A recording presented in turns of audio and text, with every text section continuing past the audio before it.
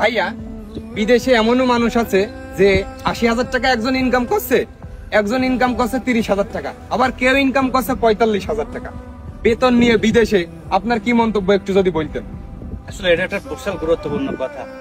যারা পরিবারের গার্জিয়ান আছেন, মা বাপ ভাই বোন যারা আছেন, একটা জিনিস মনে করবেন, আপনার ছেলের কি যোগ্যতা আপনি জানেন, আর একজনের ছেলে কি যোগ্যতা তার মা বাপ জানে। কালকে আমার একটা ওয়ার্কার ফোন দিছিল এই বেতন নিয়ে, তার মা বাপ তাকে সন্দেহ করে। সে আগে একটা কোম্পানিতে কাজ করতো, এজেন্সি ভিসায়, ওখানে কাজ শেষে ভালো বেতন পাইতো, আর গেছে সে জায়গায় আপনার ডিউটি নেই, বেতন কম। এই ক্ষেত্রে ওর মা বাপ বলছে তুই আগে টাকা পাঠাস, এখন টাকা পাঠাচ্ছিস না কেন? ও নেগেটিভ চিন্তা করছে। আপনাদের কাছে আমার প্রশ্ন, ওই ছেলে যদি আপনাকে উল্টো প্রশ্ন করে যে মা বা বাবা অমুকের ছেলেরা বিলাসবহুল জীবনযাপন করছে, ওর পালসার গাড়ি কিনে দিয়েছে, ওর বাপ এত টাকা দিছে মার্কেটের জন্য, তুমি কেন আমার দিতে পারো না? আপনি কি জবাব দেবেন? সবসময় ভাববেন বেতন স্যালারি যেগুলো আছে নসিব, কাদের উপর ডিপেন্ড করে, সবার অভিজ্ঞতা এক নাই। ঠিক আছে, এই বেতন নিয়ে মনে সংকোচ রাখবেন না, সবসময় বিশ্বাস করবেন।